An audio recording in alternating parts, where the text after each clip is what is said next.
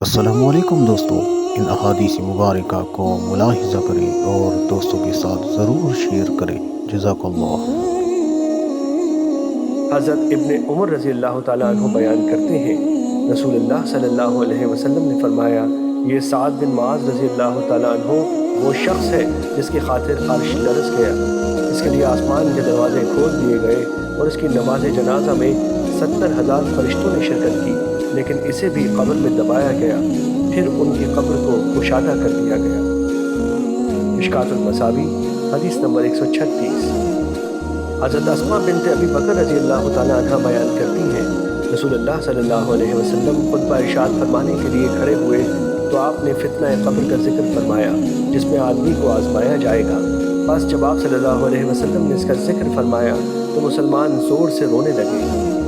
امام نسائی نے اضافہ نقل کیا ہے، یہ رونا میرے اور رسول اللہ صلی اللہ علیہ وسلم کا کلام سمجھنے کے مابین حائل ہو گیا۔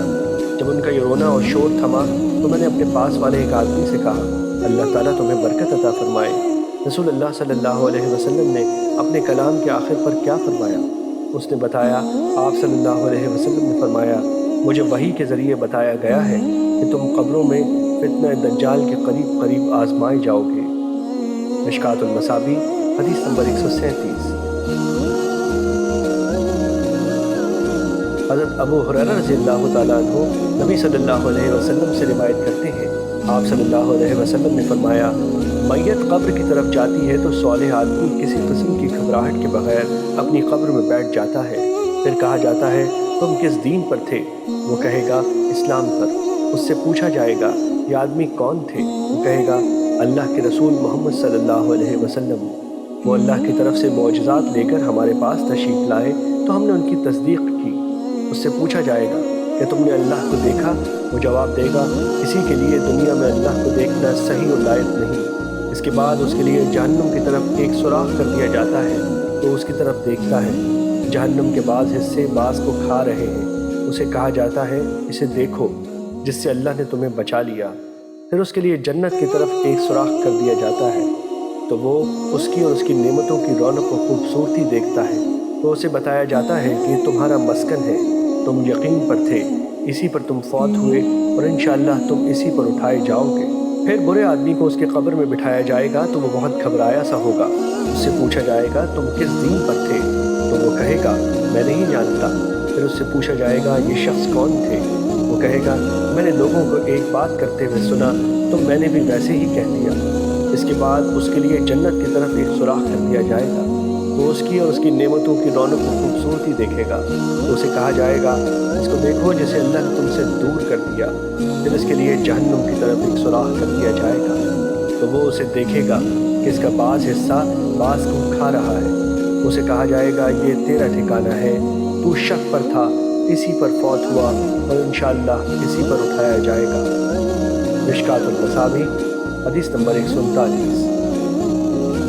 عائشہ رضی اللہ تعالیٰ عنہ بیان کرتی ہیں، رسول اللہ صلی اللہ علیہ وسلم نے فرمایا، جس نے ہمارے اس امر یعنی دین میں کوئی ایسا کام جاری کیا جو کہ اس میں نہیں، وہ مردود ہے۔ مشکوٰۃ المصابیح حدیث نمبر 140۔ حضرت جابر رضی اللہ تعالیٰ عنہ بیان کرتے ہیں، رسول اللہ صلی اللہ علیہ وسلم نے فرمایا، حمد و ثنا اور صلاۃ و سلام کے بعد سب سے بہترین کلام اللہ کی کتاب ہے اور بہترین طریقہ محمد صلی اللہ علیہ وسلم کا طریقہ ہے۔ بدترین امور وہ ہیں جو نئے جاری کیے جائیں اور ہر بدعت گمراہی ہے۔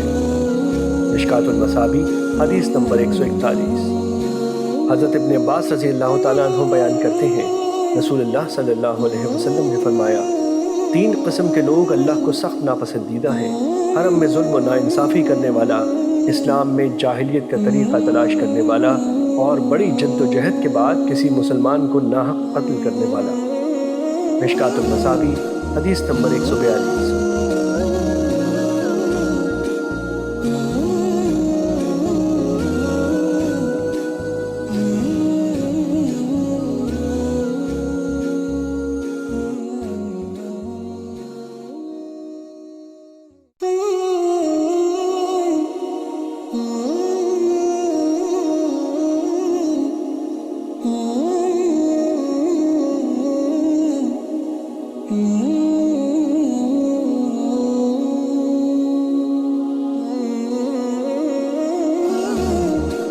اللہ۔